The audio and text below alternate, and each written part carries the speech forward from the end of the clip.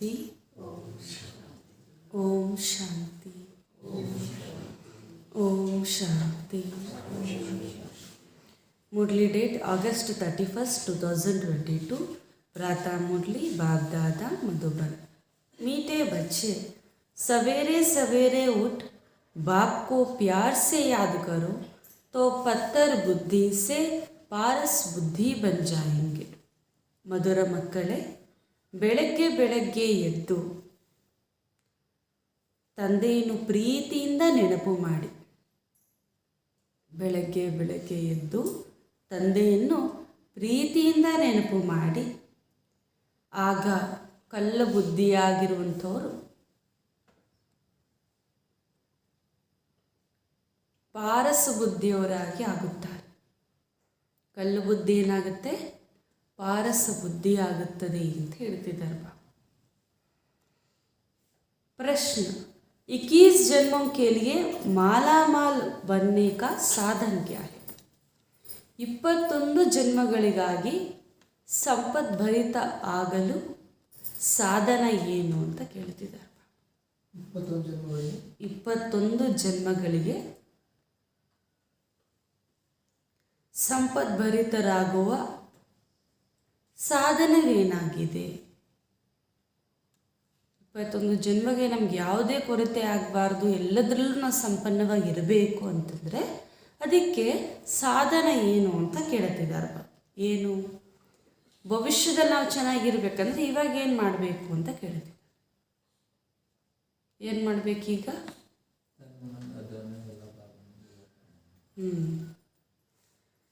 उत्तर: अविनाशी ज्ञान रत्नों का दान करो तो माला माल बन जाएंगे, क्योंकि यह एक एक ज्ञान रत्न लाखे रुपए का है।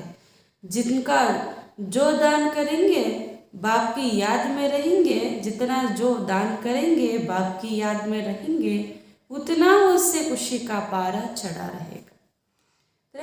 अविनाशी ज्ञाನ ರತ್ನಗಳನ್ನು ದಾನವಾಗಿ ಕೊಡಿ। ನಾವು ಅವಿನಾಶಿ ಜ್ಞಾನ ರತ್ನಗಳನ್ನು ದಾನ ಮಾಡಬೇಕು, ಆಗ ಸಂಪದ್ಭರಿತರಾಗ್ತೀವಿ। ಏಕೆಂತಂದರೆ ಒಂದೊಂದು ಜ್ಞಾನ ರತ್ನ ಲಕ್ಷಾಂತರ ರೂಪಾಯಿಗಳು ಬೆಲೆ ಬಾಳುವುದಾಗಿದೆ ಅಂತ ಹೇಳ್ತಿದ್ದಾರೆ ಬಾಬಾ। ಒಂದೊಂದು ಜ್ಞಾನ ರತ್ನ ಎಷ್ಟೊಂದು ಸಂಪತ್ತು ಕೊಟ್ಟರೂ ಕೂಡ ಇದಕ್ಕೆ ಸಮಾಗ್ಲಿಕ್ಕೆ ಸಾಧ್ಯ ಇಲ್ಲ। ಅದಕ್ಕೋಸ್ಕರ ಇದನ್ನು ನೀವು ದಾನ ಮಾಡ್ತಾ ಹೋಗಿ, ಹಾಗೂ ತಂದೆಯನ್ನು ನೆನಪು ಮಾಡ್ತಾ ಇರಿ, ಆಗ ಖುಷಿಯ ಪಾದರಸವು ಏರಿರುತ್ತದೆ ಅಂತ ಹೇಳ್ತಿದ್ದಾರೆ ಬಾಬಾ। ಸದಾ ಖುಷಿಯಲ್ಲಿ ಅವರು ಇರ್ತಾರೆ ಮತ್ತು ಭವಿಷ್ಯದಲ್ಲೂ ಸಂಪದ್ಭರಿತವಾಗಿ ಆಗುತ್ತಾರೆ। ಇನ್ನೊಂದು ಪ್ರಶ್ನೆ: अपने से कोई पाप कर्म ना हो उसके लिए कौन सी परहेज चाहिए? ತಮ್ಮಿಂದ ಯಾವುದೇ ಪಾಪಕರ್ಮ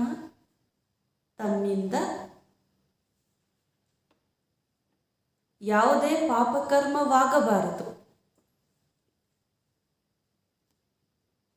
ತಮ್ಮಿಂದ ಯಾವುದೇ ಪಾಪಕರ್ಮವಾಗಬಾರದು, ಅದಕ್ಕಾಗಿ ಯಾವ ಪಥ್ಯವನ್ನು ಇಡಬೇಕು? ಯಾವ ಪಥ್ಯ ಮಾಡಿದ್ರೆ ನಮ್ಮಿಂದ ಯಾವುದೇ ಪಾಪಕರ್ಮಗಳಾಗ್ಲಿಕ್ಕೆ ಸಾಧ್ಯ ಇಲ್ಲ? ಯಾವ ಪಥ್ಯ? ಇನ್ನು ದೇಹ ರೂಪದಲ್ಲಿ ಯಾವ ಪಥ್ಯ? ಭೋಜನ, चाय पानी ತಿನ್ನುವುದಂತ। उत्तर: अन्न की बहुत परहेज चाहिए। पापात्मा का अन्न अंदर जाने से उसका असर पड़ता है। हर एक के सर्कमस्टेंस देख बाप राय देते। ಅನ್ನದ ಪಥ್ಯವನ್ನು ಬಹಳ ಇಡಬೇಕಾಗಿದೆ। ಪಾಪಾತ್ಮರ ಅನ್ನ ಅಂದರೆ ಭೋಜನ ನಮ್ಮೊಳಗಡೆ ಬಹಳ ಪ್ರಭಾವವನ್ನು ಬೀರುತ್ತದೆ। ಅದಕ್ಕೋಸ್ಕರ ಪ್ರತಿಯೊಬ್ಬರಿಗೂ ಕೂಡ ಒಂದೊಂದು ಸರ್ಕಮ್ಸ್ಟೆನ್ಸ್ ನೋಡಿ, ಪರಿಸ್ಥಿತಿಗಳು ನೋಡಿ ತಂದೆ ಸಲಹೆ ಕೊಡ್ತಿರ್ತಾರೆ। ಆದರೆ ನಮಗೆ ಪರಿಸ್ಥಿತಿಗಳು ಅನುಕೂಲಿಸುತ್ತದೆ ಅಂತಂದರೆ ನಾವು 100% ಏನು ಮಾಡಬೇಕು? ಅನ್ನದ ಪಥ್ಯವನ್ನು ಇಡಲೇಬೇಕು ಅಂತ ಹೇಳ್ತಿದ್ದಾರೆ ಬಾಬಾ। ಹೊರಗಡೆ ಯಾರ ಜ್ಞಾನ ಯಾರಿಗೆ ಗೊತ್ತಿಲ್ವೋ ಅಂಥವರ ಕೈಯಿಂದ ಮಾಡಿರುವಂಥ ಭೋಜನ ಸ್ವೀಕರಿಸೋದು, ಹೊರಗಡೆ ಊಟ ಮಾಡುವುದು, ಇದೆಲ್ಲವೂ ಕೂಡ ಬಾಬಾ ಹೇಳ್ತಾರೆ ಮಕ್ಕಳೇ ಪಥ್ಯ ಮಾಡಿ। ಏಕೆಂದರೆ ಅವ್ರು ಯಾವುದೋ ಒಂದು ಯೋಚನೆಯಿಂದ ಮಾಡಿರುವಂಥ ಅನ್ನ ಪ್ರಭಾವ ಏನು ಮಾಡುತ್ತೆ, ನೀವು ಅದನ್ನು ತಿಂದಾಗ ನಿಮ್ಮ ಮೇಲೂ ಕೂಡ ಪ್ರಭಾವ ಬೀಳುತ್ತೆ। ಇಲ್ಲಿಗೆ ಬಂದು ಸಾಧನೆ ಮಾಡ್ತೀರಿ, ಅವಿನಾಶಿ ಸಂಪಾದನೆ ಮಾಡ್ಕೊಳ್ಳಿಕ್ಕೆ, ಸುಖ ಶಾಂತಿಯನ್ನು ಪಡೀಲಿಕ್ಕೆ.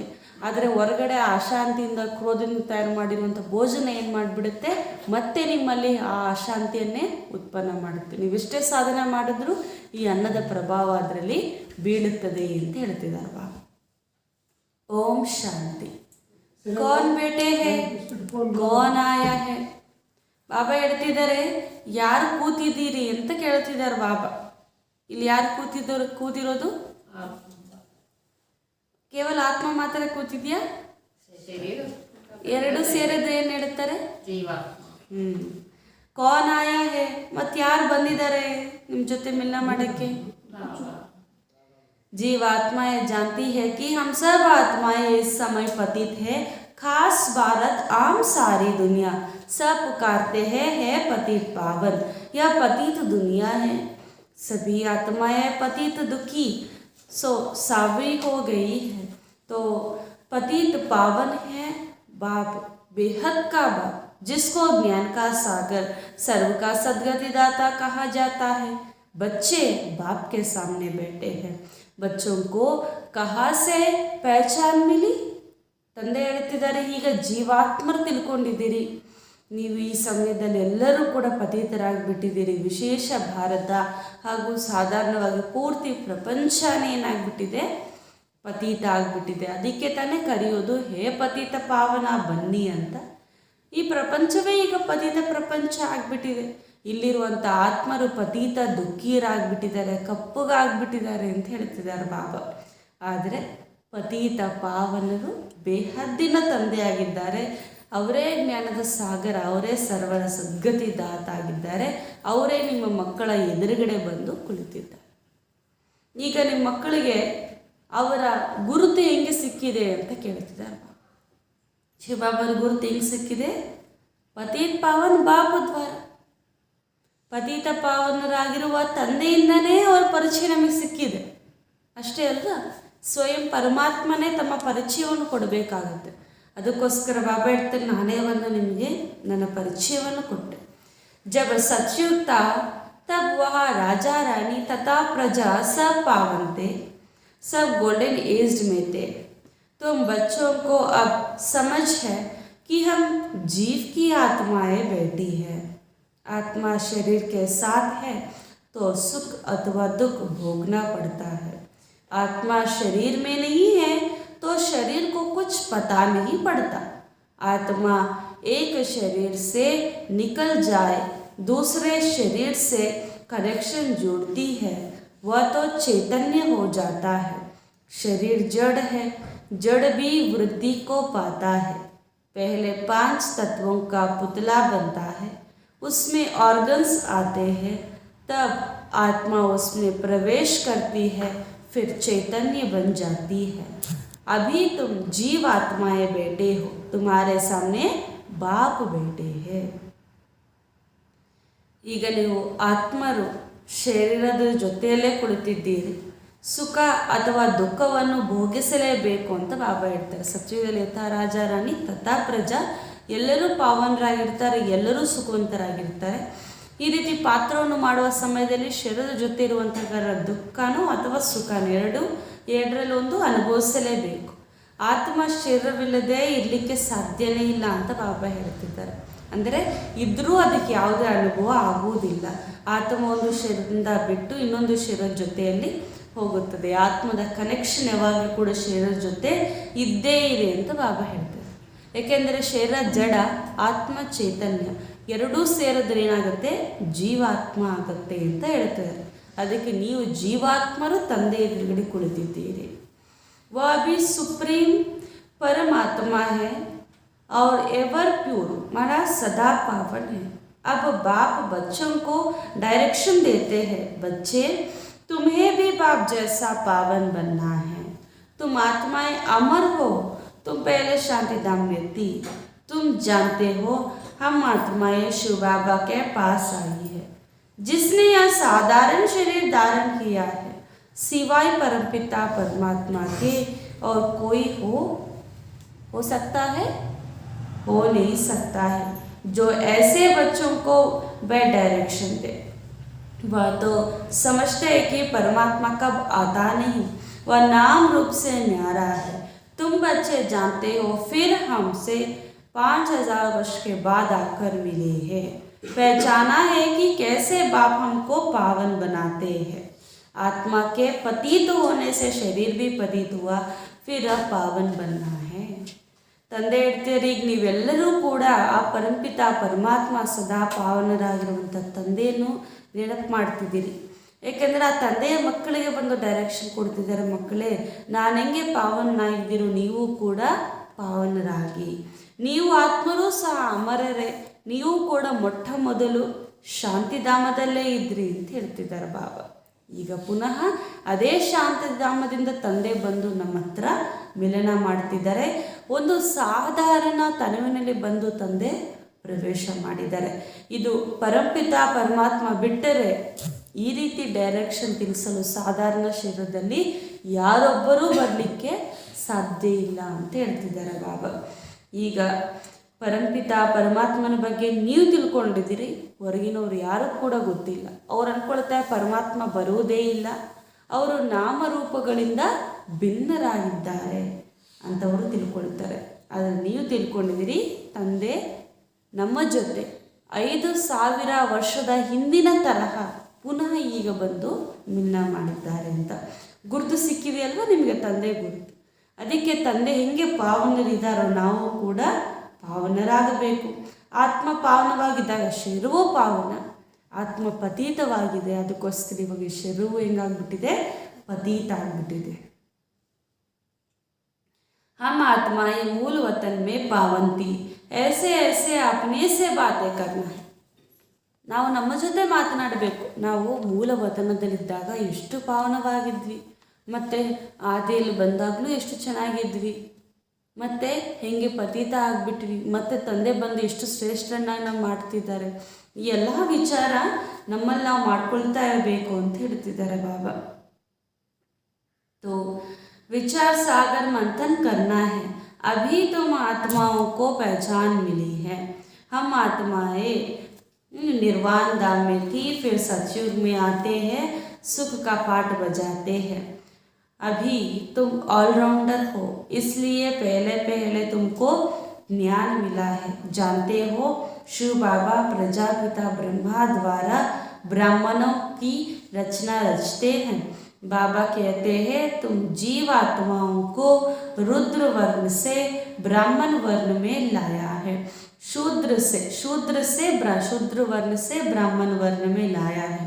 शूद्र से अब तुम ब्राह्मण मुख वंशावली बने हो. तो क्या हुआ, वर्षा भी मिल गया ना. तो ब्रह्मा मुख वंशावली सिर्फ संगम पर ही बनते हैं, तुम्हारे लिए ही संगम है. तुम आत्मा कहती हो हम पहले पावन थे, अब पतित बने हैं, फिर सो पावन बनते हैं. हे पतित पावन बाबा, हमको फिर से आकर पतित से पावन बनाओ. ऐसे ऐसे अपने से बातें करो. ತಂದೆ ಹೇಳ್ತಿದ್ದಾರೆ, ನೀವು ತಿಳ್ಕೊಂಡಿದ್ದೀರಲ್ವ ಶಿವಬಾಬಾ ಪ್ರಜಾಪಿತ ಬ್ರಹ್ಮನ ಮುಖಾಂತರ ಬಂದು ನಮ್ಮನ್ನು ರಚನೆ ಮಾಡಿದ್ದಾರೆ ಅಂತ. ನೀವೆಲ್ಲರೂ ಆಲ್ರೌಂಡರ್ ಪಾತ್ರಧಾರಿಗಳು ಮೊಟ್ಟ ಮೊದಲು. ಅದಕ್ಕೆ ನಿಮಗೆ ಜ್ಞಾನ ಸಿಗುತ್ತೆ. ನಿರ್ವಾಣ ಧಾಮದಲ್ಲೂ ನೀವೇ ಫಸ್ಟ್ ಹೋಗ್ತೀರಿ, ಆಮೇಲೆ ಸತ್ಯುಗದಲ್ಲೂ ಕೂಡ ನೀವೇ ಫಸ್ಟ್ ಬರ್ತೀರಿ, ಆಮೇಲೆ ಪೂಜ್ಯರು ಇಂದ ಪೂಜಾರಿಗಳು ನೀವೇ ಹಾಕ್ತೀರಿ, ಎಲ್ಲ ಪಾತ್ರವನ್ನು ಕೂಡ ನೀವು ಮಾಡಿದ್ದೀರಿ ಅಂತ ಹೇಳ್ತಿದ್ದಾರೆ ಬಾಬಾ. ಈಗ ತಂದೆ ಹೇಳ್ತಿದ್ದಾರೆ, ನೀವು ಜೀವಾತ್ಮರು ಶೂದ್ರ ವರ್ಣದಿಂದ ಈಗ ಬ್ರಾಹ್ಮಣ ವರ್ಣಕ್ಕೆ ಬಂದಿದ್ದೀರಿ. ಯಾಕೆ ಬಂದಿದ್ದೀರಿ, ಯಾಕೆ ಬ್ರಾಹ್ಮಣ ಮುಖವಂಶಾವಳಿ ಅಥವಾ ಬ್ರಹ್ಮ ಮುಖವಂಶಾವಳಿಗಳಾಗ್ಬಿಟ್ಟಿದ್ದೀರಿ ಅಂತಂದರೆ ಆಸ್ತಿಯನ್ನು ಪಡೀಲಿಕ್ಕೆ ಅಂತ ಬಾಬಾ ಹೇಳ್ತಾರೆ. ನಾವು ಯಾಕೆ ಬ್ರಹ್ಮ ಮುಖವಂಶಾವಳಿಗಳಾಗಿದ್ವಿ, ಆಸ್ತಿಯನ್ನು ಪಡೀಲಿಕ್ಕೆ. ಬ್ರಹ್ಮ ಮುಖವಂಶಾವಳಿಯರು ಕೇವಲ ಸಂಗಮಯುಗದಲ್ಲೇ ಇರ್ತಾರೆ. ಇದು ಸಂಗಮಯುಗವಾಗಿದೆ ಅಂತ ಹೇಳ್ತಿದ್ದಾರೆ. ಆತ್ಮನೇ ಹೇಳುತ್ತಲ್ಲ, ನಾನು ಮೊಟ್ಟ ಮೊದಲು ಎಷ್ಟೋ ಪಾವನವಾಗಿದ್ದೆ, ಮತ್ತೆ ಈಗ ಪತೀತ ಆಗಿಬಿಟ್ಟಿದ್ದೇನೆ, ಪುನಃ ನಾನೇ ಪಾವನ ಆಗಬೇಕು. ಹೇ ಪತೀತ ಪಾವನ ಬಾಬಾ, ಬನ್ನಿ ಪುನಃ ನಮ್ಮನ್ನು ಪತೀತರಿಂದ ಪಾವನ ಮಾಡಿ. ಈ ರೀತಿ ತಮ್ಮ ಜೊತೆ ತಾವೇ ಮಾತನಾಡ್ತಾ ಇರಬೇಕು ಅಂತ ಹೇಳ್ತಿದ್ದಾರೆ ಬಾಬಾ. ಸತ್ಯ ಯಾವುದು ಅಂತ ನಿಮಗೆ ತಿಳಿದಾದ್ಮೇಲೆ ಮತ್ತೆ ಅದನ್ನು ಮೆಲುಕಾಗ್ತಾ ಇರಬೇಕು ಅಂತ ಹೇಳ್ತಿದ್ದಾರೆ. अभी आत्मा को खुराक मिली है, हम आत्माएं पावन थी तो मुक्ति धाम में रहती थी, फिर स्वर्ग में आई है। इतने जन्म लिए, फिर नीचे गिरते गए, फिर गोल्डन एज में जाना है। बाबा कहते हैं मैंने 5000 वर्ष पहले भी कहा था मामेकम याद करो। गृहस्थ व्यवहार धंधे आदि में रहते सिर्फ अपने को आत्मा समझो। अब हमको पावन बनना है, घर जाना है, पावन दुनिया का मालिक बनना है। अब हम आयरन एज से गोल्डन एज में कैसे जाए, यह चिंता लगी रहे। बाबा तो सहज युक्ति बतलाते हैं कि मामेकम याद करो तो तुम पावन बनेंगे। गीता में 2 बार यह महावाक्य है कि मन मनाबो। हे बच्चे, देह अभिमान छोड़ो, बाप को याद करो, वह है ಅಥಾರಿಟಿ। ಈಗ ನೀವು ಮಕ್ಕಳೆಲ್ಲರೂ ಕೂಡ ಪಾವನವಾಗೇ ಇದ್ರಿ, ಈಗ ನಿಮಗೆ ಆತ್ಮಕ್ಕೆ ಭೋಜನವೂ ಕೂಡ ಸಿಕ್ಕಿಬಿಟ್ಟಿದೆ, ಮುಕ್ತಿಧಾಮದಲ್ಲೇ ಇದ್ರಿ, ಪುನಃ ಸ್ವರ್ಗದಲ್ಲೇ ಬಂದ್ರಿ, ಇಷ್ಟು ಜನ್ಮವನ್ನು ಪಡಿತಾ ಪಡಿತಾ ಪುನಃ ನೀವು ಕೆಳಗಡೆ ಬಿದ್ದೋಗಿದ್ದೀರಾ ಅಂತ ಹೇಳ್ತಿದ್ದಾರೆ ಬಾಬಾ. ಪುನಃ 5000 ವರ್ಷದ ಮೊದಲಿನ ತರಹ ತಂದೆ ಬಂದು ಹೇಳ್ತಿದ್ದಾರೆ, ಮಕ್ಕಳೇ ನಾನೊಬ್ಬನನ್ನೇ ನೆನಪು ಮಾಡಿ, ಗೃಹಸ್ಥ ವ್ಯವಹಾರ ಇತ್ಯಾದಿಗಳನ್ನು ಮಾಡುತ್ತಲೂ ತಮ್ಮನ್ನು ಆತ್ಮ ಎಂದು ತಿಳಿಯಿರಿ, ಪಾವನರಾಗಿ ಅಂತ ಹೇಳ್ತಿದ್ದಾರೆ. ಏಕೆ ಪಾವನರಾಗಬೇಕು ಅಂದರೆ ಮನೆಗೆ ಹೋಗ್ಬೇಕಲ್ವ, ಅದು ಪಾವನ ಪ್ರಪಂಚ, ಅದಕ್ಕೋಸ್ಕರ ನಾವು ಪಾವನರಾಗಲೇಬೇಕು. ಪಾವನ ಪ್ರಪಂಚಕ್ಕೆ ಮತ್ತೆ ಭವಿಷ್ಯದಲ್ಲಿ ಬಂದು ಯಾವುದು ಸತ್ಯುಗ ಇದೆ ಅದಕ್ಕೆ ಬಂದು ನಾವು ಮಾಲೀಕರಾಗಬೇಕು ಅಂತ ಹೇಳ್ತಿದ್ದಾರೆ ಬಾಬಾ. आयरन एज से गोल्डन एज में कैसे जाए, यह चिंता लगी रहे। ಈಗ ನಮಗೆ ಕಬ್ಬಿನ ಯುಗದಿಂದ ಚಿನ್ನದ ಯುಗಕ್ಕೆ ಹೆಂಗೆ ಹೋಗಬೇಕು ಅಂತ ಚಿಂತೆ ಆಗಬೇಕು ಅಂತ ಹೇಳ್ತಿದ್ದಾರೆ ಬಾಬಾ. ಅದಕ್ಕೆ ಈ ವಿಚಾರ ಸಾಗರ ಮಂಥನವನ್ನು ಮಾಡಿ ಅಂತ ತಂದೆ ಹೇಳ್ತಿದ್ದಾರೆ. ಬಾಬಾ ಎಷ್ಟೊಂದು ಯುಕ್ತಿಗಳನ್ನು ತಿಳಿಸ್ಕೊಡ್ತಾರೆ, ನಾನೊಬ್ಬರೇ ನೆನಪು ಮಾಡಿ ಆಗ ನೀವು ಪಾವನರಾಗ್ತೀರಾ ಅಂತ. ಗೀತೆಯಲ್ಲೂ ಕೂಡ 2 ಬಾರಿ ಈ ಮಹಾವಾಕ್ಯ ಬರೆಯಲಾಗಿದೆ, ಮನ್ಮನಾಭವ ಅಂತ. ಹೇ ಮಕ್ಕಳೇ, ದೇಹ ಅಭಿಮಾನವನ್ನು ಬಿಡಿ, ನನ್ನೊಬ್ಬನನ್ನೇ ನೆನಪು ಮಾಡಿ. अधिकार ಇದೆಯಲ್ವಾ ಇಲ್ಲಿ ನಿಮಗೆ. तुमको सभी शास्त्रों का सार, सृष्टि के आदि मध्य अंत्य का नॉलेज समझाया है। तुम जितना मुझे याद करेंगे उतना तुम्हारी आत्मा पवित्र हो जाएगी और कोई उपाय नहीं है। ನಿಮಗೆಲ್ಲ ಶಾಸ್ತ್ರಗಳ ಸಾರ, ಸೃಷ್ಟಿಯ ಆದಿ ಮಧ್ಯ ಅಂತ್ಯದ ಜ್ಞಾನವನ್ನು ಅರ್ಥ ಮಾಡಿಸಲಾಗಿದೆ. ಆದ್ದರಿಂದ ಎಷ್ಟು ನೀವು ತಂದೆ ನೆನಪು ಮಾಡ್ತೀರೋ ಅಷ್ಟು ಪವಿತ್ರರಾಗುತ್ತೀರಿ, ಉಳಿದ ಯಾವುದೇ ಉಪಾಯ ಇಲ್ಲ ಅಂತ ಹೇಳ್ತಿದ್ದಾರೆ ಬಾಬಾ ಪಾವನರಾಗಲಿಕ್ಕೆ. पत्थर बुद्धि को पारस बुद्धि बनना है, गंगा स्नान से पावन नहीं बनेंगे। अगर बनते तो यह होता ही नहीं, परंतु आयरन एज में सबको आना ही है, तो पहले सवेरे सवेरे इस ख्यालत में बैठना है। कहते हैं ना, राम सिमर प्रभात मोरे मन, आत्मा कहती है मेरी बुद्धि, अब बाप को याद करो। बुद्धि का योग बाप से लगाना है, अब जितना जो लगाएंगे उतना पत्थर से पारस बन जाएंगे। पारस बुद्धि बनाने वाले एक ही बाप है। कहते हैं कल्प कल्प आकर संगम पर ही तुमको बनाता है। सेकेंड की बात है ना। ಈಗ ನಾವೆಲ್ಲರೂ ಕೂಡ ಆತ್ಮರು ಕಲ್ಲು ಬುದ್ಧಿಯವರು ಪಾರಸ ಬುದ್ಧಿಯವರಾಗಬೇಕು ಅಂತಂದರೆ ಗಂಗಾ ಸ್ನಾನದಿಂದ ಪಾವನರಾಗಲಿಕ್ಕೆ ಸಾಧ್ಯ ಇಲ್ಲ ಅಂತ ಹೇಳ್ತಿದ್ದಾರೆ. ಒಂದು ವೇಳೆ ಹಂಗೆ ಆಗಿದ್ದರೆ ಇಲ್ಲಿವರೆಗೆ ಹಿಂಗೆ ಪ್ರಪಂಚ ಇರ್ತಿರಲಿಲ್ಲ ಅಂತ ಹೇಳ್ತಿದ್ದಾರೆ. ಇಲ್ಲಿ ಯಾರಾದರೂ ಪಾವನರಾಗ್ಬಿಟ್ಟಿದ್ರು ಈ ಪ್ರಪಂಚದಲ್ಲಿ ಇರಲಿಕ್ಕೂ ಕೂಡ ಸಾಧ್ಯ ಇಲ್ಲ ಅಂತ ಹೇಳ್ತಿದ್ದಾರೆ. ಅದಕ್ಕೋಸ್ಕರ ಕಬ್ಬಿನ ಯುಗ ಆಗಿದೆ, ಎಲ್ಲರೂ ಇಲ್ಲಿಗೆ ಬರಲೇಬೇಕು. ಆದರೆ ಈ ಸಮಯದಲ್ಲಿ ನೀವು ಬೆಳಗ್ಗೆ ಎದ್ದು ಚಿಂತನೆ ಮಾಡಿ, ತಂದೆಯನ್ನು ನೆನಪು ಮಾಡಿ. ಅದಕ್ಕೆ ಹೇಳಲಾಗುತ್ತಲ್ಲ, ಬೆಳಗ್ಗೆ ಎದ್ದು ರಾಮ ಸ್ಮರಣೆ ಮಾಡಿದರೆ ಮನಸ್ಸು ತುಂಬ ಪ್ರಫುಲ್ಲಿತವಾಗತ್ತೆ ಅಂತ. ಈಗ ಆತ್ಮನೇ ಹೇಳುತ್ತೆ, ಹೇ ನನ್ನ ಬುದ್ಧಿ, ಈಗ ತಂದೆಯನ್ನು ನೆನಪು ಮಾಡು ಅಂತ ನಾವು ಆರ್ಡರ್ ಮಾಡಬೇಕು. ಯಾವುದಕ್ಕೆ? ನಮ್ಮ ಬುದ್ಧಿಗೆ. ಹೇ ಬುದ್ಧಿ, ಹೇ ನನ್ನ ಬುದ್ಧಿ, ಈಗ ನೀನು ತಂದೆ ನೆನಪು ಮಾಡು ಅಂತ. ಯಾಕೆಂದರೆ ಈಗ ಬುದ್ಧಿಯ ಯೋಗ ಯಾರ ಜೊತೆ ಇರಬೇಕು? ತಂದೆಯ ಜೊತೆ ಇರಬೇಕು. ಎಷ್ಟು ಬುದ್ಧಿ ಯೋಗವನ್ನು ಜೋಡಿಸ್ತೀರೋ ಅಷ್ಟು ಕಲ್ಲು ಬುದ್ಧಿಯಾಗಿರುವಂಥವರು ಪಾರಸ ಬುದ್ಧಿಯವರಾಗಿ ಆಗಿಬಿಡ್ತೀರಾ ಅಂತ ಹೇಳ್ತಿದ್ದಾರೆ. ಕಲ್ಪವೂ ಕೂಡ ಸಂಗಮಯುಗದಲ್ಲಿ ತಂದೆ ಬಂದು ನಿಮ್ಮನ್ನು ಈ ರೀತಿ ಪಾವನರನ್ನಾಗಿ ಮಾಡ್ತಾರೆ. ಇದು ಒಂದೇ ಒಂದು ಸೆಕೆಂಡಿನ ಮಾತು ಅಂತ ಹೇಳ್ತಿದ್ದಾರೆ ಬಾಬಾ. जैसे डॉक्टर लोग ऐसे दवाई देते हैं जो फोड़ा अंदर ही ख़त्म हो जाता है. बाप कहते हैं तुमको भी मुख से कुछ कहना नहीं है, हाथ पाँव से भी कुछ करना नहीं है, सिर्फ बुद्धि से याद करना है. कल्प पहले भी तुमने याद किया था, जिससे विकर्म दग्ध हुए थे, ऐसे तुमको समझाया था. अब समझा रहा हूँ. अभी तुमको बाप की याद से पारस बुद्धि बनना है. ಹಿಂಗೆ ಡಾಕ್ಟ್ರು ಯಾವುದೇ ಮೆಡಿಸಿನ್ ಕೊಟ್ಟಾಗ ಒಳಗಡೆನೇ ಆ ಮೆಡಿಸಿನ್ ಕರ್ಗೋಗುತ್ತೆ ಮತ್ತು ಇರೋ ರೋಗವೂ ಕೂಡ ಸಮಾಪ್ತಿ ಆಗಿಬಿಡುತ್ತಲ್ವ. ಅದೇ ರೀತಿ ಈಗ ನೀವು ಕೂಡ ನಿಮ್ಮ ಬಾಯಿಂದ ಇಲ್ಲಿ ಏನು ಹೇಳುವಂಥ ಅವಶ್ಯಕತೆ ಇಲ್ಲ, ಕೈಕಾಲು ಅಲ್ಲಾಡಿಸುವಂಥ ಅಥವಾ ಕೈಕಾಲಿಂದ ಏನೋ ಒಂದು ಮಾಡುವಂಥ ಅವಶ್ಯಕತೆ ಇಲ್ಲ. ಇಲ್ಲಿ ಕೇವಲ ನೀವೇನು ಮಾಡಬೇಕು, ತಂದೆಯನ್ನು ನೆನಪು ಮಾಡಬೇಕು ಅಂತ ಹೇಳ್ತಿದ್ದಾರೆ ಬಾಬಾ. कल्प पहले भी तुमने याद किया था, जिससे विकर्म दग्ध हुए. ಇದೇನು ಮೊಟ್ಟ ಮೊದಲು ನೀವೇನು ತಂದೆ ನೆನಪು ಮಾಡ್ತಿಲ್ಲ, ಕಲ್ಪದ ಹಿಂದೇನೂ ಕೂಡ ನೀವು ತಂದೆ ನೆನಪು ಮಾಡಿದ್ರಿ, ಪುನಃ ಈಗಲೂ ಕೂಡ ನೀವು ನೆನಪು ಮಾಡ್ತಿದ್ದೀರಿ. ವಿಕರ್ಮ ವಿನಾಶ ಆಗ್ಬಿಡುತ್ತೆ ಅಂತ ಹೇಳ್ತಿದ್ದಾರೆ ಬಾಬಾ ನೆನಪಿನಿಂದ. ऐसे तुमको समझाया था, अब समझा रहा हूँ. अभी तुमको बाप की याद से पारस बुद्धि बनना है. ಮೊದಲು ಕೂಡ ನಾನು ನಿಮ್ಗೆ ಅರ್ಥ ಮಾಡಿಸಿದೆ, ಈಗಲೂ ಕೂಡ ಅರ್ಥ ಮಾಡಿಸ್ತಿದ್ದೀನಿ. ನೀವು ತಂದೆಯ ನೆನಪಿನಿಂದ ಪಾರಸ ಬುದ್ಧಿಯವರಾಗಬೇಕಾಗಿದೆ. ಬಾಪ್ कहते हैं मैं तुम्हारा पतित पावन बाप कल्प कल्प के संगम पर आता हूँ श्रीमत देने. हे मेरे मीठे लाडले बच्चे, यह आत्मा सुनती है इन आर्गन से. यह है ब्रह्मा मुख, गोमुख कहते हैं. गो जानवर नहीं, यह गौ माता ठहरे ना. इस गोमुख से सुनाते हैं. मंदिरों में फिर वह गोमुख दे दिया है. उनके मुख से पानी बहता है, उसको समझते हैं गोमुख. गंगा का जल समझते हैं. अभी तुम जानते हो यह ज्ञान बाप इन द्वारा देते हैं. यह गोमुख हुई ना, यह है बड़ी माँ, इनकी कोई माता नहीं. साकार मम्मा की भी यह माता हुई ना.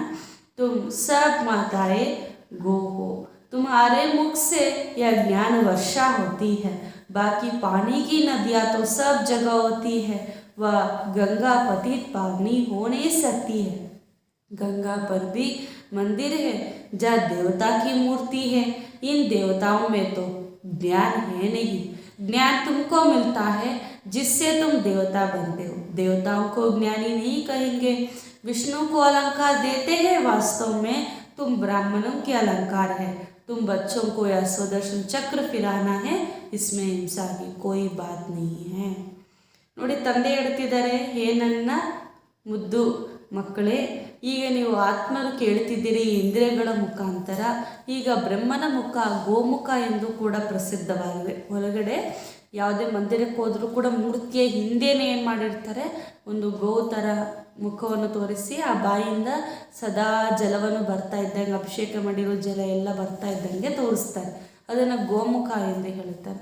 ಆ ನೀರು ಯಾರು ಕುಡಿತಾರೋ ಅವರು ಪಾವನರಾಗ್ತಾರೆ ಅಂತ ಹೇಳ್ತಾರೆ. ಬಾಬಾ ಹೇಳ್ತಿದ್ದಾರೆ, ಗೋಮುಖದಲ್ಲಿ ಗಂಗಾ ನೀರು ಬರುತ್ತೆ ಎಂದು ಕೂಡ ಹೇಳ್ತಾರೆ. ಆದರೆ ಅದರಿಂದ ಯಾರೂ ಪಾವನರಾಗಲಿಕ್ಕೆ ಸಾಧ್ಯ ಇಲ್ಲ ಅಂತ ಹೇಳ್ತಿದ್ದಾರೆ ಬಾಬಾ. ಈ ಜ್ಞಾನ ತಂದೆಯ ಮುಖಾಂತರ ಅಂದರೆ ಬ್ರಹ್ಮ ಬಾಬುವರ ಮುಖಾಂತರ ನಿಮಗೆ ಸಿಕ್ಕಿದೆ. ಇವರನ್ನೇ ಗೋತಾಯಿ ಅಂತ ಹೇಳಲಾಗುತ್ತೆ. ಬ್ರಹ್ಮ ಬಾಬುವಿಗೆ ಈ ಮಹಿಮೆ ಇದೆ ಅಂತ ಹೇಳ್ತಾರೆ. ಏಕೆಂದರೆ ಬ್ರಹ್ಮ ಬಾಬುವರ ಮುಖ ಕಮಲದಿಂದನೇ ನಾವು ಈ ಜ್ಞಾನವನ್ನು ಕೇಳುತ್ತೇವೆ ಅಂತ ಹೇಳ್ತಿದ್ದಾರೆ. ಇವರೇ ನಮ್ಮೆಲ್ಲರಿಗೂ ದೊಡ್ಡ ತಾಯಿ. ಯಾರು ನಮ್ಮೆಲ್ಲರಿಗೂ ದೊಡ್ಡ ತಾಯಿ? ಬ್ರಹ್ಮ ಬಾಬಾ. ಇವರಿಗೆ ಯಾರು ತಾಯಿ ಇಲ್ಲ ಅಂತ ಹೇಳ್ತಿದ್ದಾರೆ. ಸಾಕಾರ ಮಮ್ಮರವರಿಗೆ ತಾಯಿ ಇದ್ದಾರೆ ಅಂತ ಹೇಳ್ತಿದ್ದಾರೆ. ನೀವೆಲ್ಲ ಮಾತೆಯರು ಕೂಡ ಗೋವುಗಳಾಗಿದ್ದೀರಿ. ನೀವೆಲ್ಲರಿಗೂ ಕೂಡ ಜ್ಞಾನ ಜಲವನ್ನು ನೀಡಬೇಕಾಗಿದೆ ಅಂತ ಹೇಳ್ತಿದ್ದಾರೆ ಬಾಬಾ. ನೀವು ಈಗ ನಿಮ್ಮ ಮುಖದಿಂದ ಜ್ಞಾನದ ಮಲೆಯನ್ನೇ ಸುರಿಸಬೇಕಾಗಿದೆ. ನೀರಿನ ನದಿಗಳು ಎಲ್ಲ ಕಡೆ ಹರಡುತ್ತಲ್ವ, ಅದೇ ರೀತಿ ನೀವು ಕೂಡ ಎಲ್ಲ ಸ್ಥಾನಗಳಿಗೆ ಹೋಗಿ ಜ್ಞಾನವನ್ನು ತಿಳಿಸ್ಕೊಡಿ. ಆದರೆ ಸ್ಥೂಲವಾಗಿರುವಂಥ ಗಂಗೆ ಏನಿದೆ ಅದು ಪತಿತ ಪಾವನಿ ಅಲ್ಲ. ಗಂಗಾದ ತೀರದಲ್ಲೇ ಮಂದಿರವೂ ಕೂಡ ಇದೆ, ಅಲ್ಲೊಂದು ದೇವತಾ ಮೂರ್ತಿ ಇದೆ. ಆದರೆ ಆ ದೇವತೆಯ ಮೂರ್ತಿ ಜ್ಞಾನ ಇಲ್ಲ ಅಂತ ಹೇಳ್ತಿದ್ದಾರೆ ಬಾಬಾ. ದೇವತೆಯರನ್ನು ಜ್ಞಾನಿಗಳಂತ ಹೇಳ್ತಾರ? ದೇವತೆಯರ ಜ್ಞಾನಿಗಳ ಬಾಬಾ ಹೇಳ್ತಿದ್ದಾರೆ, ದೇವತೆಯರನ್ನು ಜ್ಞಾನಿಗಳಂತ ಹೇಳಲಾಗೋದಿಲ್ಲ ಅಂತ ಹೇಳ್ತಿದ್ದಾರೆ ಬಾಬಾ. ನಿಜವಾಗ್ಲೂ ಹೇಳಬೇಕಂದ್ರೆ ಯಾವುದೆಲ್ಲ ಅಲಂಕಾರಗಳು ದೇವತೆಯರು ತೋರಿಸ್ತಾರೆ ಅದು ನಿಮ್ಮ ಅಲಂಕಾರಗಳಾಗಿದೆ, ಬ್ರಾಹ್ಮಣರಿಗೆ ತೋರಿಸಬೇಕಾಗಿರುವ ಅಲಂಕಾರಗಳು. ನೀವು ಈಗ ಸುದರ್ಶನ ಚಕ್ರವನ್ನು ಕೂಡ ತಿರುಗಿಸಬೇಕು ಅಂತ ಹೇಳ್ತಾರೆ. ಹೊರಗಡೆ ಸುದರ್ಶನ ಚಕ್ರ ಹಿಂಸೆಗೆ ಗುರುತಾಗಿ ತೋರಿಸ್ತಾರೆ, ತಲೆಯನ್ನು ಕತ್ತರಿಸಲಿಕ್ಕೆ ಬೇಕಾಗಿರೋ ಸಾಧನ ಅಂತ ತೋರಿಸ್ತಾರೆ. ಆದರೆ ಬಾಬಾ ಹೇಳ್ತಾರೆ ಆ ರೀತಿ ಹಿಂಸೆಯ ಮಾತು ಯಾವುದೂ ಇಲ್ಲ, ಇದು ಜ್ಞಾನದ ಮಾತಾಗಿದೆ.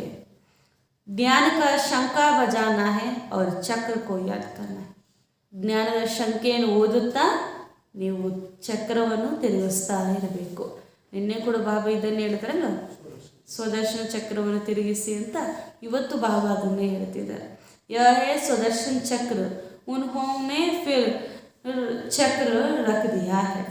कमल फूल समान पवित्र भी तुम्हें यहाँ बनना है. गधा भी ज्ञान की है जिससे माया पर जीत पानी है. तो यह सब है तुम्हारे अलंकार. ಅಂದರೆ ತಂದೆ ಹೇಳ್ತಿದ್ದಾರೆ, ಜ್ಞಾನದ ಶಂಕು ಹಾಗೂ ಚಕ್ರ ಇದು ಸ್ವದರ್ಶನ ಚಕ್ರವಾಗಿದೆ ಅಂತ ಬಾಬಾ ಹೇಳ್ತಾರೆ. ಹಾಗೂ ಕಮಲ ಯಾಕೆ ತೋರಿಸಿದ್ದಾರೆ ಅಂದರೆ ಕಮಲ ಪುಷ್ಪ ಸಮಾನ ಪವಿತ್ರವಾಗಿರಬೇಕು ಅಂತ. ವಿಷ್ಣುಗೆ ಅಲಂಕಾರಗಳು 4 ಅಲಂಕಾರಗಳು, ಅದಕ್ಕೆ ಒಂದೊಂದಕ್ಕೆ ಅರ್ಥನೂ ಬಾಬಾ ತಿಳಿಸ್ಕೊಡ್ತಿದ್ದಾರೆ. ಗದೆ ಏನು ತೋರಿಸಿದ್ದಾರೆ ಅದು ಕೂಡ ಜ್ಞಾನಕ್ಕೆ ಗುರುತು ಅಂತ ಬಾಬಾ ಹೇಳ್ತಿದ್ದಾರೆ. ನೀವು ಸದಾ ಏನು ಮಾಡಬೇಕು, ಮಾಯ ಮೇಲೆ ವಿಜಯವನ್ನು ಪಡೆದಿರಬೇಕು ಅಂತ. ಅದಕ್ಕೆ ಗದೆಯು ಕೂಡ ಯುದ್ಧಕ್ಕೆ ಹೋಗುವಾಗ ಹೆಂಗೆ ಇಟ್ಕೊಳ್ತಾರೆ, ಮೇಲೆ ಭುಜದ ಮೇಲೆ ಇಟ್ಕೊಳ್ತಾರೆ. ಯುದ್ಧ ಮುಗಿದಾದ್ಮೇಲೆ ವಿಜಯಗಳಾದ್ಮೇಲೆ ಹೆಂಗಿಡ್ತಾರೆ, ಕೆಳಗಡೆ ಇಡ್ತಾರೆ. ಅಂದರೆ ಅದರ ಅರ್ಥ ಏನು, ವಿಷ್ಣು ಸದಾ ಗದೆಯನ್ನು ಯಾಕೆ ಕೆಳಗಡೆನೇ ಇಟ್ಕೊಂಡಿರ್ತಾರೆ ಅಂತಂದರೆ ಮಾಯೆ ಅಥವಾ ಏನು ಅಂತಂದ್ರೆ ವಿಜಯ ಸಾಧಿಸಬೇಕು ಅಂತ, ವಿಜಯ ಗಳಿಸಿದ್ದಾರೆ ಅಂತ. 5 ವಿಕಾರದ ಮೇಲೆ ವಿಜಯವನ್ನು ಗಳಿಸಿದ್ದಾರೆ. ಈಗ ನಾವು ಕೂಡ ಏನು ಮಾಡಬೇಕು, 5 ವಿಕಾರದ ಮೇಲೆ ಸದಾ ವಿಜಯವನ್ನು ಗಳಿಸಿರುವಂಥವರಾಗಬೇಕು. ಕಮಲ ಪುಷ್ಪ ಸಮಾನ ಪವಿತ್ರರಾಗಿರಬೇಕು. ಜ್ಞಾನದ ಶಂಕನ್ನು ಸದಾ ಓದ್ತಾ ಇರಬೇಕು. ಸ್ವದರ್ಶನ ಚಕ್ರವನ್ನು ತಿರುಗಿಸ್ತಾ ಇರಬೇಕು. ತುಮ್ ಬಚ್ಚೆ ಜಾನ್ತೆ ಹೋ ಯಾ ಹೇ. ಈ ನಿಮ್ಮ ಮಕ್ಕಳಿಗೆ ಗೊತ್ತಿದೇನಾಗಿದೆ ಪ್ರಪಂಚ, ಇನ್ನ ಅಶಾಂತಿ ನರಕ ಆಗ್ಬಿಟ್ಟಿದೆ ಅಂತ ಬಾಬಾ ಹೇಳ್ತಾರೆ. ಎಲ್ಲರೂ ಬಂದ್ಬಿಡುತ್ತಲ್ಲ ಈ ಒಂದು ಶಬ್ದದಲ್ಲಿ. ಸ್ವರ್ಗ ಉಸ್ ತರಫ್ ಕಡಾ ಹೇ ಹಮ್ ಸಂಗಮ್ ಪರ್. ಈಗ ನಾವು ನರಕದಲ್ಲಿದ್ದೀವಿ, ಸ್ವರ್ಗ ಆ ಕಡೆ ಇದೆ, ಈಗ ನಾವು ಮಧ್ಯ ಸಂಗಮದಲ್ಲಿದ್ದೇವೆ ಅಂತ ಹೇಳ್ತಿದ್ದಾರೆ ಬಾಬಾ. ಏಕ್ ತರಫ್ ಮೇಲೆ ಪಾನಿ, ದೂಸರಿ ತರಫ್ ಅಚ್ಚಿ ಪಾನಿ ಹೈ.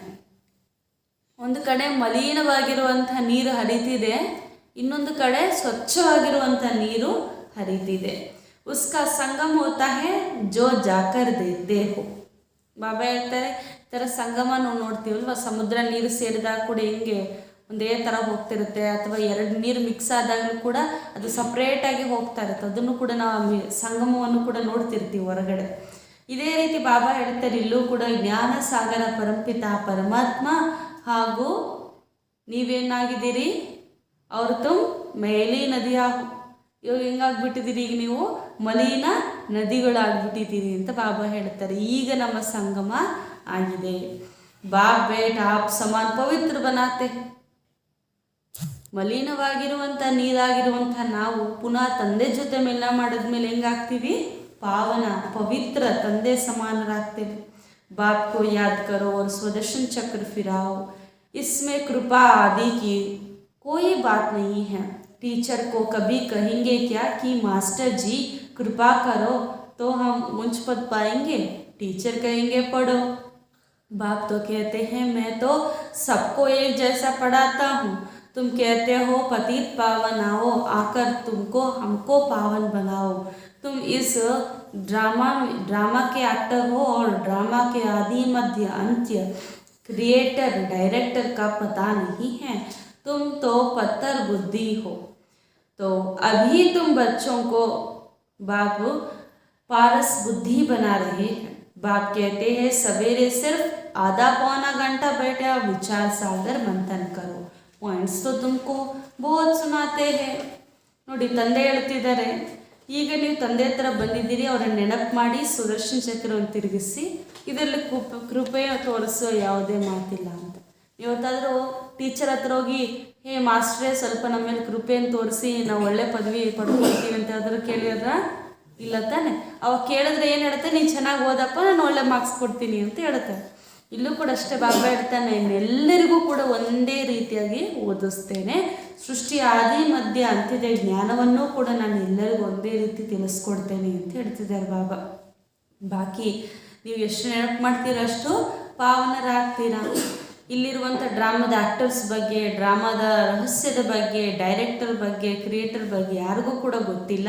ಈಗ ಎಲ್ಲರೂ ಕೂಡ ಕಳ್ಳು ಬುದ್ಧಿವರಾಗಿಬಿಟ್ಟಿದ್ದಾರೆ. ಪುನಃ ತಂದೆಯ ನೆನಪಿನಿಂದ ಪಾರಸು ಬುದ್ಧಿವರಾಗಿ ಆಗ್ತಾರೆ.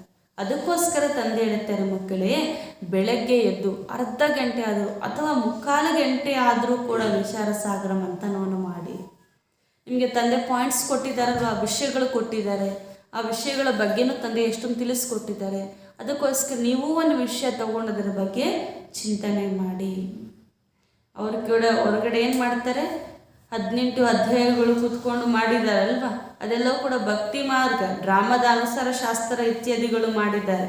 ಆದರೆ ಈಗ ನೀವು ಮಕ್ಕಳು ಪುರುಷಾರ್ಥ ಮಾಡ್ತಿದ್ದೀರಿ, ಅವರು ಅದರ ಅಧ್ಯಯನ ಮಾಡ್ತಾರೆ ಅಲ್ವಾ. ಆದರೆ ನೀವು ಈಗೇನು ಮಾಡ್ತಿದ್ದೀರಿ, ಜ್ಞಾನದ ವಿಚಾರವನ್ನೇ ಅಧ್ಯಯನ ಮಾಡ್ತಿದ್ದೀರಿ.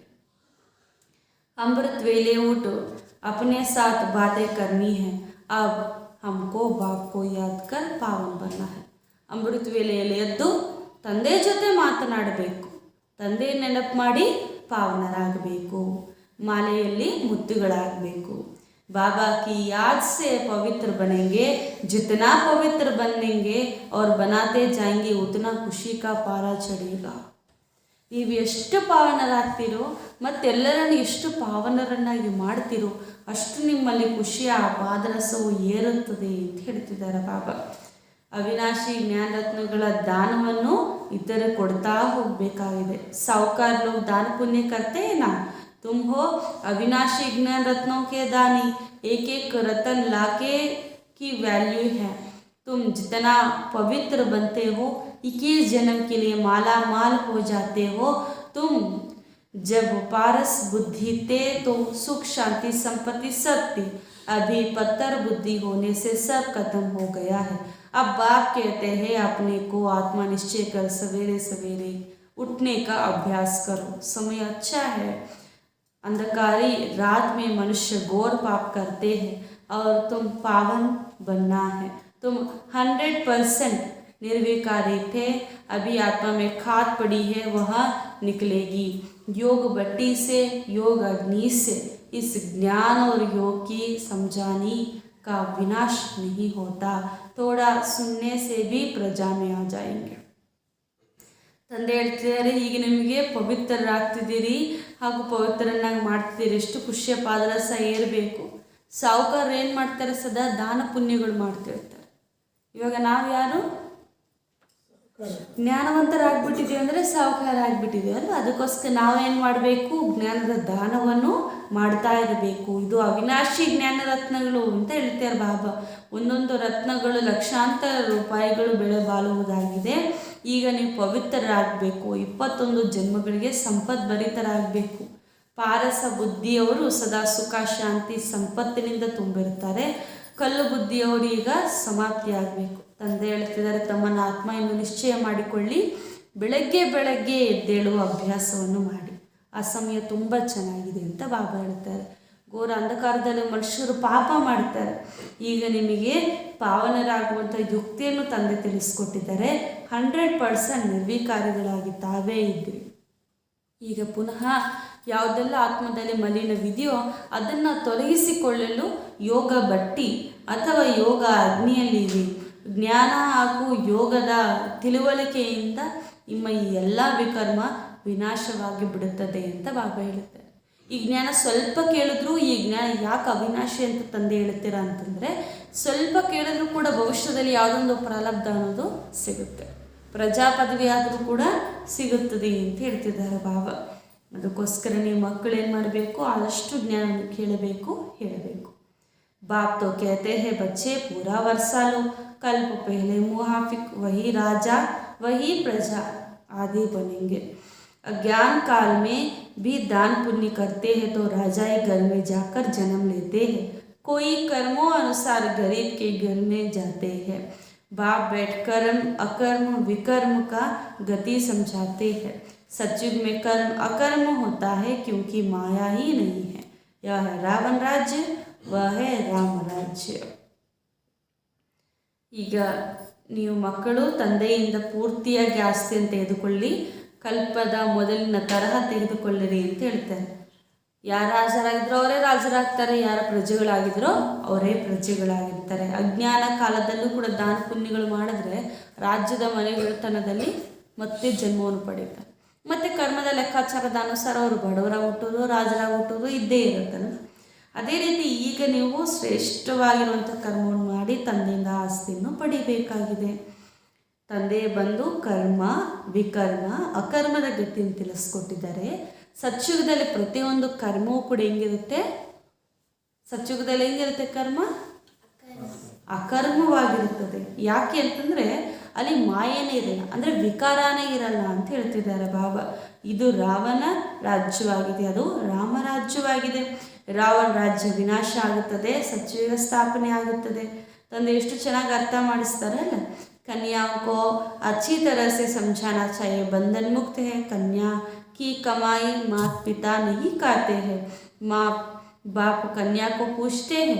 कन्या जब विकार में जाती तब सबके आगे माथा टेकती है, बल कन्या भी देवताओं के आगे माथा टेकती है, क्योंकि जन्म तो पतित माँ बाप से लिया ना। देवता तो है ही पावन, अभी तुम समझते हो हम सो देवता थे। 84 जन्म ले फिर पतित बने हैं, उतरते आए हैं। अब हमको फिर से श्रीमत पर चलनी पड़े तो कोई पाप कर्म नहीं होगा, पाप आत्मा का अन्न अंदर नहीं जाएगा। ನೋಡಿ ತಂದೆ ಹೇಳ್ತಿದ್ದಾರೆ, ಮಕ್ಕಳೇ ಈಗ ನೀವು ಒಳ್ಳೆ ಸೇವೆಯನ್ನು ಮಾಡಿ ಅಂತ ಹೇಳ್ತಿದ್ದಾರೆ ಬಾಬಾ. ಕನ್ಯೆಯರು ಕೂಡ ತುಂಬ ಚೆನ್ನಾಗಿ ಅರ್ಥ ಮಾಡಿಸ್ಬೋದು, ಏಕೆಂದರೆ ಬಂಧನ ಮುಕ್ತರಾಗಿದ್ದಾರೆ. ಕನ್ಯೆಯರ ಸಂಪಾದನೆಯನ್ನು ತಂದೆ ತಾಯಿ ತಿನ್ನುವುದಿಲ್ಲ ಅಂತ ಹೇಳ್ತಿದ್ದಾರೆ ಬಾಬಾ. ತಾಯಿ ತಂದೆ ಕೂಡ ಕನ್ಯೆಯರನ್ನು ಪೂಜೆ ಮಾಡ್ತಾರೆ. ಕನ್ಯೆ ಯಾವಾಗ ವಿಕಾರದಲ್ಲಿ ಹೋಗ್ತಾರೆ ಆಗ ತಲೆ ಬಾಗಬೇಕಾಗುತ್ತೆ. ಆದರೆ ಅದಕ್ಕೆ ಮೊದಲು ಕೂಡ ದೇವತೆಯರ ಎದುರುಗಡೆ ತಲೆ ಬಾಗುತ್ತಾರೆ, ಏಕೆಂದರೆ ಜನ್ಮನೇನಾಗಿದೆ ಪತಿತ ಜನ್ಮ ಆಗಿರುವಂಥ ಕಾರಣ. ಈಗ ನೀವೆಲ್ಲರೂ ದೇವತೆಯರಾಗ್ತಿದ್ದೀರಿ, ಪಾವನರಾಗಬೇಕು. ನಾವೇ ದೇವತೆಯರಾಗಿದ್ವಿ ಅಂತ ನಿಮಗೆ ತಿಳಿದಿದೆಯಲ್ವ. 84 ಜನ್ಮವನ್ನು ಪಡೆದು ನಾವು ಪತಿತರಾಗ್ಬಿಟ್ವಿ, ಕೆಳಗಡೆ ಇಳ್ಕೊಂಡು ಬಂದುಬಿಟ್ವಿ. ಈಗ ಪುನಃ ನಮಗೆ ಶ್ರೀಮತ ಸಿಕ್ಕಿದೆ. ತಂದೆ ಹೇಳ್ತಾರೆ, ಯಾವುದೇ ಪಾಪಕರ್ಮವನ್ನು ಮಾಡಬೇಡಿ, ಪಾಪಾತ್ಮರ ಅನ್ನವೂ ಒಳಗಡೆ ಹೋಗಬಾರದು ಅಂತ ಹೇಳ್ತಿದ್ದಾರೆ ಬಾಬಾ. ಪरहेಜ್ ತೋ ಬತಾಯಿ ಜಾತಿ ಹೇ ನಾ, ನೈ ತೋ ವಾ ಅಸರ್ ಪಡ್ ಜಾತಾ ಹೈ. ಪಥ್ಯ ಹೇಳಲಾಗುತ್ತಿಲ್ಲ ಅಂದರೆ ಅದರ ಪ್ರಭಾವ ನಮ್ಮ ಮೇಲೆ ಬೀಳುತ್ತದೆ. ಪರಂತು ಕहाँ ಸರ್ಕಮ್ಸ್ಟೆನ್ಸ್ देखा जाता है, कर्मों का अनुसार हिसाब किताब है, अलग बनाने नहीं देते हैं। अच्छा बाप को याद करो, लाचारी है, बाप को याद करके खाओ, भूलेंगे तो तुम्हारे पर उसका असर आ जाएगा। बाप को याद करने से नज़दीक होते जाएंगे। अभी तो सम्मुख बैठे हैं, बाप डायरेक्ट समझाते हैं, बच्चे ये बच्चे के बाप बात कर रहे हैं तो बाप को याद करना है, फिर करो ना करो तुम्हारी मर्जी, जो करेगा सो पाएगा जरूर, सीधी बात है। ನೋಡಿ ತಂದೆ ಹೇಳ್ತಿದ್ದಾರೆ, ಅನ್ನದ ಪಥ್ಯವನ್ನು ಇಡಿ ಅಂತ ಹೇಳ್ತಿದ್ದಾರೆ. ಆದರೆ ಕೆಲವರಿಗೆ ಮಾತ್ರ ಮನೆಯಲ್ಲಿ ಸಪ್ರೇಟಾಗಿ ಮಾಡ್ಕೊಳ್ಳಿಕ್ಕೆ ಬಿಡುವುದಿಲ್ಲ, ತುಂಬ ಕಷ್ಟ ಇರುತ್ತೆ ಅಲ್ವಾ, ಅಂಥವ್ರಿಗೆ ಮಾತ್ರ ಬಾಬಾ ಹೇಳ್ತಿದ್ದಾರೆ, ಮಕ್ಕಳೇ ಒಳ್ಳೆಯದು ತಂದೆಯ ನೆನಪಿನಲ್ಲಿ ನೀವು ತಿನ್ನಿ. ಒಂದು ತುತ್ತು ಕೂಡ ನೆನಪು ಇಲ್ಲದೆ ಹೋಗಬಾರ್ದು. ಒಂದು ತುತ್ತು ನೆನಪಿಲ್ಲದೆ ಹೋಯಿತು ಅಂತಂದರೆ ಅದರ ಪ್ರಭಾವ ನಿಮ್ಮ ಮೇಲೆ ಬೀಳುತ್ತದೆ. ಅದಕ್ಕೋಸ್ಕರ ನೀವು ತುಂಬ ಏನು ಮಾಡಬೇಕು, ಗಮನವನ್ನಿಟ್ಟು ಆ ಭೋಜನಕ್ಕೆ ತಂದೆಯ ಶಕ್ತಿಗಳನ್ನು ತುಂಬಿಸಿ ತಂದೆಯ ನೆನಪಿನಿಂದನೇ ಭೋಜನವನ್ನು ಸ್ವೀಕರಿಸಿ ಅಂತ ಹೇಳ್ತಿದ್ದಾರೆ. ತಂದೆಯನ್ನು ನೆನಪು ಮಾಡಿ, ಆಗ ನೀವು ತುಂಬ ಹತ್ತಿರದಲ್ಲಿ ಬರ್ತೀರಾ. ಸಮ್ಮುಖದಲ್ಲೇ ಕುಳಿತಿದ್ದೀರಲ್ವ, ತಂದೆ ಈಗ ಡೈರೆಕ್ಟಾಗಿ ನಿಮ್ಗೆ ಅರ್ಥ ಮಾಡಿಸ್ತಾರೆ. ಹೇ ಮಕ್ಕಳೇ ಅಂತ ಅರ್ಥ ಮಾಡಿಸ್ತಾರಲ್ವ. ಅದಕ್ಕೋಸ್ಕರ ಅವರನ್ನು ನೆನಪು ಮಾಡಿ ಅವ್ರ ಮಾತುಗಳನ್ನು ಕೇಳಿ. ಹೇಳೋದಂತ ಹೇಳ್ತಾರೆ ಬಾಬಾ, ನೀವು ಕೇಳಿ ಕೇಳದೆ ಹೋಗಿ ನಿಮ್ಮಿಷ್ಟ ಅಂತ ಹೇಳ್ಬಿಡ್ತಿದ್ದಾರೆ ಬಾಬಾ ಲಾಸ್ಟಲ್ಲಿ. ಇಷ್ಟೆಲ್ಲ ಹೇಳಾದ್ಮೇಲೆ ఏం చెప్తున్నారు బాబా ఒకరు చెప్పండి అందరుగా ಹಿಂದಿలో ಕನ್ನಡలో తెలుగులో 3 ಭಾಷೆಗಳು ಬರ್ತಾರೆ. ತಂದೆ ಡೈರೆಕ್ಟಾಗಿ ಅರ್ಥ ಮಾಡಿಸ್ತಾರೆ. ಹೇ ಮಕ್ಕಳೇ ಎಂದು ತಂದೆ ಮಾತನಾಡ್ತಾರೆ. ತಂದೆ ನೆನಪು ಮಾಡಿ ಆಮೇಲೆ ಅವ್ರ ಮಾತು ಕೇಳಿ ಬಿಡಿ, ಅದು ನಿಮ್ಮಿಷ್ಟ, ಯಾರು ಮಾಡ್ತಾರೋ ಅವ್ರು ಪಡಿತಾರೆ, ನೇರವಾಗಿರುವಂಥ మాతిదు ಅಂತ ಹೇಳ್ತಿದ್ದಾರೆ బాబా. అంటే బాబా చెప్తున్నారు, ఇప్పుడు డైరెక్ట్గా బాబా మీకు అర్థం చేస్తున్నారు కదా, ఏ పిల్లలారా అంటూ తండ్రి మీతో మాట్లాడతారు. కావున మీరు తండ్రిని స్మృతి చేయండి అని తండ్రి చెప్తారు. దాని తర్వాత తండ్రి మాట వినకపోయినా అది మీ ఇష్టము, ఎవరైతే చేస్తారో వాళ్ళు పొందుకుంటారు అని అంటున్నారు. या तो समझ गए हो या हॉस्पिटल है, हेल्थ वेल्थ की ಯೂನಿವರ್ಸಿಟಿ भी है. ಬಾಬಾ ಹೇಳ್ತಾರೆ ಇದೇನಾಗಿದೆ, ಹಾಸ್ಪಿಟ್ಲು ಕೂಡ ಆಗಿದೆ, ಹೆಲ್ತ್ ವೆಲ್ತ್ ಯೂನಿವರ್ಸಿಟಿ, ಅದಕ್ಕೆ ಸ್ಕೂಲು ಪ್ಲಸ್ ಹಾಸ್ಪಿಟ್ಲ್ ಅಂತ ಬಾಬಾ ಹೇಳ್ತಾರಲ್ವಾ. ಬಾಬಾ ಹೇಳ್ತಾರೆ ಎರಡೂ ಇಲ್ಲಿ ನಿಮಗೆ ಸಿಗುತ್ತೆ.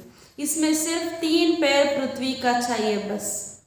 ಈ ಹಾಸ್ಪಿಟಲ್ ತೆರೀಲಿಕ್ಕೆ ಏನು ಮಾಡಬೇಕು, 3 ಹೆಜ್ಜೆ ಪೃಥ್ವಿ ಸಿಕ್ಕಿದ್ರೆ ಸಾಕು. ಹೊರಗಡೆ ಹಾಸ್ಪಿಟಲ್ ಸ್ಕೂಲ್ ಕಟ್ಟೋದಕ್ಕೆ ಎಕರ್ಸ್ ಬೇಕು ಅಂತ ಹೋಗ್ತಾರೆ, ಆದರೆ ತಂದೆ ಎಷ್ಟು ಕೇಳುತ್ತಿದ್ದಾರೆ, 3 ಹೆಜ್ಜೆ ಭೂಮಿ ಸಾಕು. ಬೇಹದ್ ಕಾ ಬಾಪ್ ದೇಖೋ कैसे पढ़ाते, कितना ನಿರಹಂಕಾರಿ ಬಾಪ್ ಏನಾ. ಬೇಹದ್ದಿನ ತಂದೆ ನೋಡಿ, ಟೀಚರು ಎಷ್ಟು ನಿರಹಂಕಾರಿಯಾಗಿದ್ದಾರೆ ಅಂತ ಹೇಳ್ತಿದ್ದಾರೆ ಬಾಬಾ. पतित शरीर पतित दुनिया में बैठ तुम बच्चों को कितना मेहनत कर रहे हैं. ಬಾಬಾ ಹೇಳ್ತಿದ್ದಾರೆ, ಈಗ ಪತಿತ ಶರೀರ ಪತಿತ ಪ್ರಪಂಚದಲ್ಲಿ ಕುಳಿತು ನಿಮ್ಮ ಮಕ್ಕಳಿಗೆ ಎಷ್ಟೆಲ್ಲ ಕಲಿಸ್ಕೊಡ್ತಿದ್ದಾರೆ, ಎಷ್ಟೆಲ್ಲ ಮಾಡಲಿಕ್ಕೆ ಪರಿಶ್ರಮ ಪಡ್ತಾ ಇದ್ದಾರೆ. बच्चे फिर से तुम अपना वर्षा ले लो, हम साक्षी हो देख रहे हैं कौन कौन अच्छा पुरुषार्थ कर रहे हैं. इसमें सिर्फ 3 पैर पृथ्वी चाहिए. कलकत्ते में सेंटर है, कितना का कल्याण हो रहा है. जो आपस में मिलकर सेंटर चलाते हैं उनको भी पद अच्छा मिलता है. क्लास जितना कमरा हो उसमें सब क्लास सुन सके, बस हमको तो गोल्डन एज में जाना है.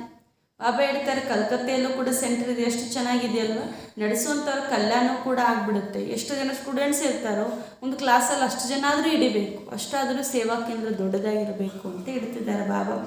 ಅಷ್ಟೇ, ಅದರಲ್ಲಿ ಸಿಕ್ಕಿದ್ರೆ ಅಷ್ಟು ನೀವು ಮಾಡಿದ್ರೆ ಸಾಕು, ಭವಿಷ್ಯದಲ್ಲಿ ನೀವೇನು ಮಾಡ್ತೀರಿ, ಗೋಲ್ಡನ್ ಏಜ್, ಭವಿಷ್ಯದಲ್ಲಿ ಚಿನ್ನದ ಪ್ರಪಂಚಕ್ಕೆ ಹೋಗ್ಬಿಡ್ತೀರಿ. ಅದಕ್ಕೋಸ್ಕರ ತಂದೆ ನೆನಪಿನ ದಿನ ಮತ್ತು ಯಾವುದೇ ಉಪಾಯ ಇಲ್ಲ ಅಂತ ಹೇಳ್ತಿದ್ದಾರೆ ಬಾಬಾ.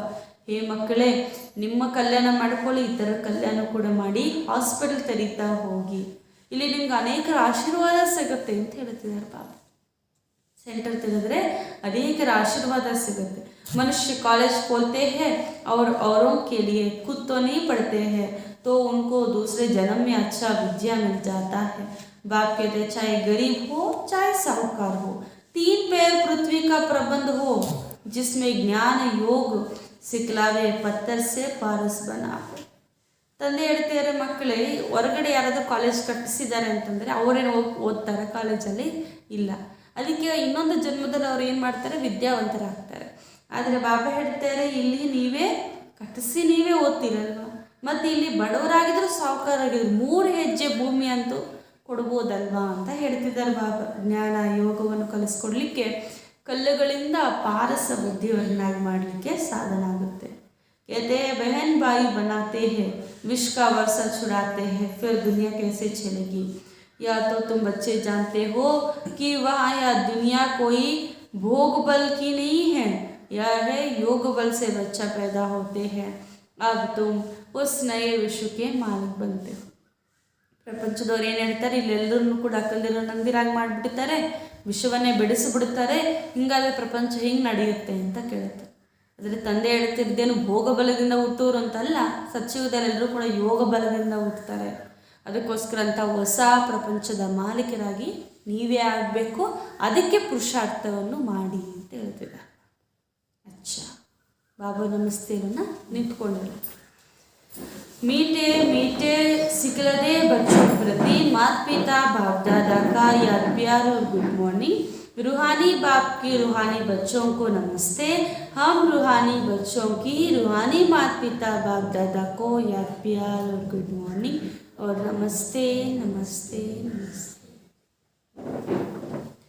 धारणा के लिए मुख्य सार. फर्स्ट पॉइंट, सवेरे उठने का अभ्यास डालना है. ಬೆಳಗ್ಗೆ ಏಳುವ ಅಭ್ಯಾಸವನ್ನು ಮಾಡಿಕೊಳ್ಳಬೇಕು. सवेरे सवेरे उठ विचार सागर मंथन जरूर करना है. ಬೆಳಗ್ಗೆ ಬೆಳಗ್ಗೆ ಎದ್ದು ವಿಚಾರ ಸಾಗರ ಮಂಥನವನ್ನು ಮಾಡಬೇಕು. ಬೆಳಗ್ಗೆ ಬೆಳಗ್ಗೆ ಎದ್ದು ವಿಚಾರ ಸಾಗರ ಮಂಥನವನ್ನು ಮಾಡಬೇಕು. आधा पौना घंटा भी बैठकर अपने से बातें करनी है. अपने आप से बातें करनी है. ಅರ್ಧ ಮುಕ್ಕಾಲು ಗಂಟೆ ಆದರೂ ಕುಳಿತು ತಮ್ಮೊಂದಿಗೆ ತಾವೇ ಮಾತನಾಡಬೇಕು.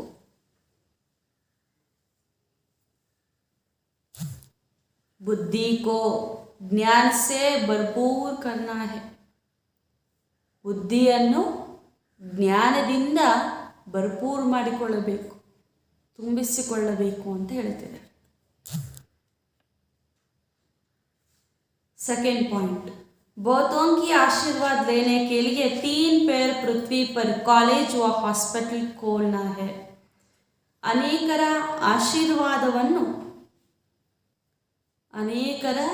ಆಶೀರ್ವಾದವನ್ನು ಪಡೆಯಲು 3 ಹೆಜ್ಜೆಯ ಪೃಥ್ವಿಯ ಮೇಲೆ ಕಾಲೇಜ್ ಅಥವಾ ಹಾಸ್ಪಿಟಲನ್ನು ತೆರಿಬೇಕು. बाप समान निरहंकारी बन सेवा करनी है. ತಂದೆಯ ಸಮಾನ ನಿರಹಂಕಾರಿಗಳಾಗಿ ಸೇವೆ ಮಾಡಬೇಕು. वरदान, चारों ही सब्जेक्ट में हर रोज कोई ना कोई नवीनता का अनुभव करने वाले तीव्र पुरुषार्थी भव. 4 ಸಬ್ಜೆಕ್ಟಿನಲ್ಲಿ ಪ್ರತಿದಿನ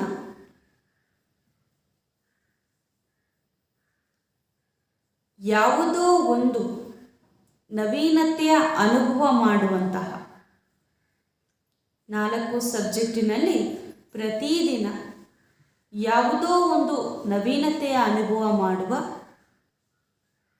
ತೀವ್ರ पुरुषार्थी भाव.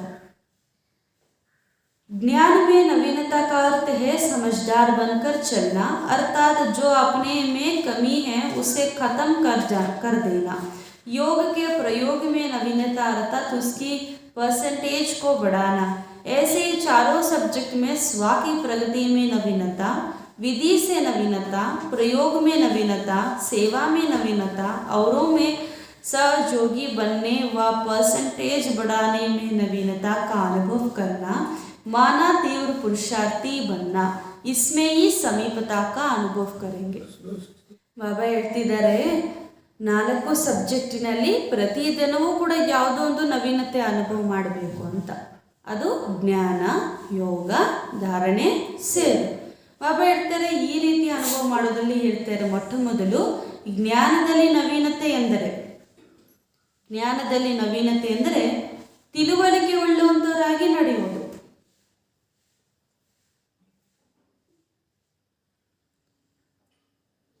ಅಂದರೆ ನಮ್ಮಲ್ಲಿರುವ ಕೊರತೆಗಳನ್ನು ಸಮಾಪ್ತಿ ಮಾಡ್ಕೊಂಡು ಹೋಗುವುದು. ಸ್ಪಷ್ಟೀಕರಣದಲ್ಲಿ ಬಾಬಾ ತಿಳಿಸ್ತಾರೆ ಈ ಮಾತು. ಜ್ಞಾನದ ನವೀನತೆ ಅಂದ್ರೆ ಏನು? ತಿಳುವಳಿಕೆ ಉಳ್ಳವರಾಗಿ ನಡೆಯುವುದು, ಅಂದರೆ ನಮ್ಮಲ್ಲಿರುವ ಕೊರತೆಯನ್ನು ಸಮಾಪ್ತಿ ಮಾಡುವುದು. ಯೋಗ ಅಂದರೆ ಪ್ರಯೋಗದಲ್ಲಿ ನವೀನತೆ, ಇದರಲ್ಲಿ ಪರ್ಸೆಂಟೇಜ್ ಹೆಚ್ಚು ಮಾಡಿಕೊಳ್ಬೇಕು. ನಾವು ಯೋಗದಲ್ಲಿ ಪ್ರಯೋಗ ಮಾಡ್ತೀವಿ ಅಂದರೆ ನಾವು ಕರ್ಮದಲ್ಲಿ ಅದರ ಶಕ್ತಿಯನ್ನು ನೋಡಬೇಕು, ಆ ರೀತಿ ಇರಬೇಕು. ಇದೇ ರೀತಿ 4 ಸಬ್ಜೆಕ್ಟಿನಲ್ಲೂ ಸ್ವಯಂನಲ್ಲಿ ನವೀನತೆ ಅಂದರೆ ಸ್ವಯಂನ ಪ್ರಗತಿಯಲ್ಲಿ ನವೀನತೆ, ವಿಧಿಯಲ್ಲಿ ನವೀನತೆ, ಪ್ರಯೋಗದಲ್ಲಿ ನವೀನತೆ, ಸೇವೆಯಲ್ಲಿ ನವೀನತೆ ಹಾಗೂ ಸಹಯೋಗಿಗಳಾಗಿ ಮುಂದುವರಿಯುವುದರಲ್ಲಿ ನವೀನತೆಯ ಅನುಭವ ಮಾಡಬೇಕು. ಸ್ವಯಂನಲ್ಲಿ ಪ್ರಗತಿಯಲ್ಲಿ ನವೀನತೆ, ವೃದ್ಧಿಯಲ್ಲಿ ನವೀನತೆ, ಪ್ರಯೋಗದಲ್ಲಿ ನವೀನತೆ, ಸೇವೆಯಲ್ಲಿ ನವೀನತೆ ಹಾಗೂ ಇತರರನ್ನು ಸಹಯೋಗಿಯಾಗಿ ಮಾಡಿ ಮುಂದುವರಿಸುವ ಪರ್ಸೆಂಟೇಜಲ್ಲಿ ನವೀನತೆಯ ಅನುಭವವನ್ನು ಮಾಡಬೇಕು. ಅಂದರೆ ತೀವ್ರ ಪುರುಷಾರ್ಥಿಗಳಾಗಬೇಕು. ಇದರಲ್ಲಿ ಸಮೀಪತೆಯ ಅನುಭವ ಮಾಡಿ ಅಂತ ಹೇಳ್ತಿದ್ದಾರೆ ಬಾಬಾ. ಪ್ರತಿಯೊಂದರಲ್ಲೂ ನವೀನತೆಯನ್ನು ತರಬೇಕು ಅಂತ.